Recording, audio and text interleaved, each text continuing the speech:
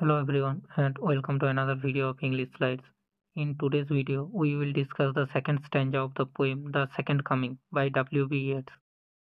দেখো এই পোয়েমটা একদম সম্পূর্ণ বাংলাতে মিনিং হয়তো তোমরা অনেক জায়গায় পেয়ে যাবে, কিন্তু একটা জিনিস তোমাদের মাথায় রাখতে হবে, পরীক্ষায় কিন্তু তোমাদের ইংলিশেই লিখতে হবে। এটা যে কোয়েশ্চেনগুলো পড়বে বা যে অ্যান্সারগুলো তোমাদের দিতে হবে সেগুলো কিন্তু তোমাদের কমপ্লিট ইংলিশেই লিখতে হবে।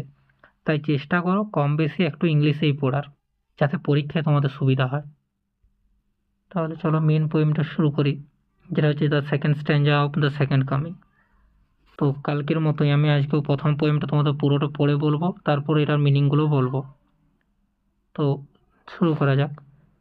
Surely some revelation at hand, surely the second coming is at hand. The second coming. Hardly are those words out when a vast image of spirituous Mandi troubles my sight.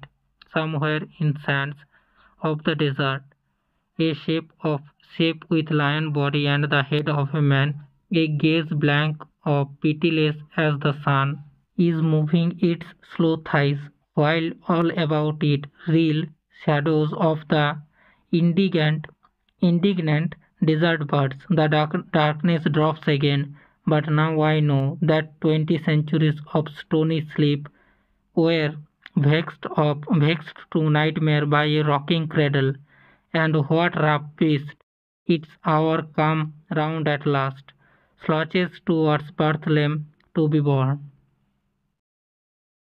এবার আমি তোমাদের এটা Bengali মিনিংটা বলবো। দেখো, surely some revelation at hand. Revelation মানে কি? Revelation মানে হচ্ছে knowledge disclose to a man by divine or supernatural energy. মানে এমন কোনো একটা তথ্য যেটা কোনো দিব্য শক্তির দ্বারা প্রদান, যেমন শ্রীকৃষ্ণের জন্মটা একটা দৈব বাণী হয়েছিল, ঠিক ওই রকম। Surely the second coming is at hand, নিশ্চিতভাবেই দ্বিতীয় আগমন নিকটবর্তী। দ্য সেকেন্ড কামিং, দ্বিতীয় আগমন। Hardly are those words out, এই শব্দগুলো খুব বেশি একটা উচ্চারিত হয়নি বা খুব কমই সময় হয়েছে এই শব্দগুলো উচ্চারণ হয়ে। When a vast image of Spiritus Mundi. তো স্পিরিটিয়াস মান্ডিটা কি? স্পিরিটিয়াস মান্ডি হচ্ছে ইয়েটসের মতো এমন একটা জায়গা যেখানে একগাদা স্পিরিটস একসাথে সম্মিলিত আছে বা স্পিরিটসদের থাকার জায়গা। সেখান থেকে একটা ভাস্ট ইমেজ মানে একটা বিশাল আকৃতি বাইরে বেরিয়ে এলো। ট্রাভেলস মাই সাইট, যেটা আমার দৃষ্টিশক্তিকে কী করলো না সমস্যায় ফেললো।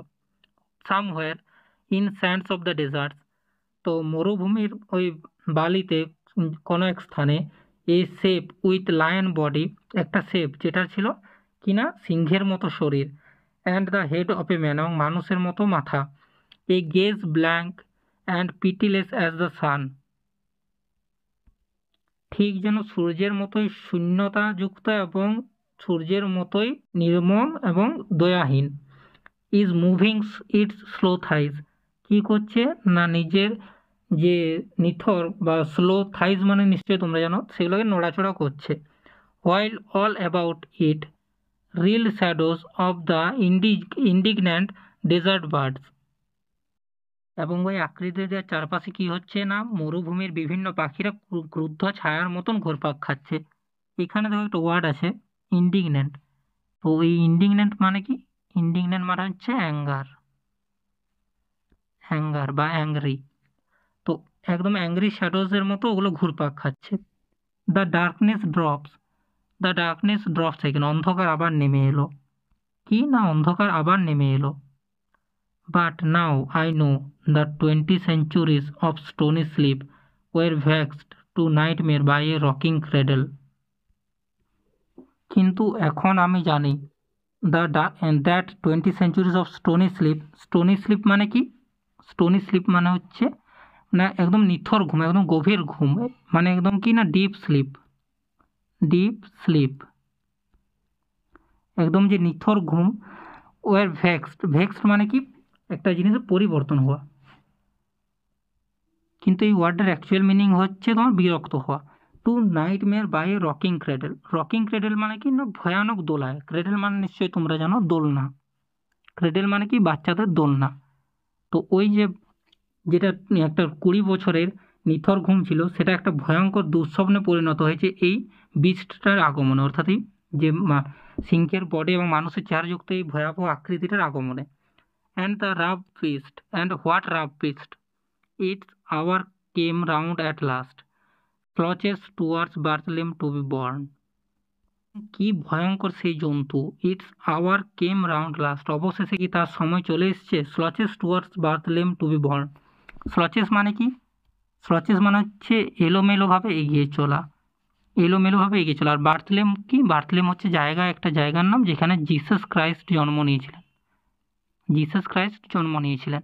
তো কি না তার ওই বৃষ্টের সময় কি চলে এসছে, সে এলোমেলোভাবে এগিয়ে চলছে কোন দিকে? না বার্থলেমের দিকে। টু বি বর্ন, জন্ম নেওয়ার জন্য কি? তো এই লাইনটা তোমরা হয়তো এক্সাক্ট বেঙ্গলি মিনিং করলে বুঝতে পারবে না, কারণ লাইনটা পোয়েটিক আকারে লেখা আছে।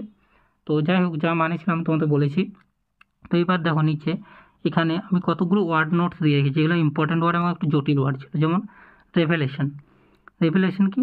Knowledge disclose to a man by divine or supernatural energy.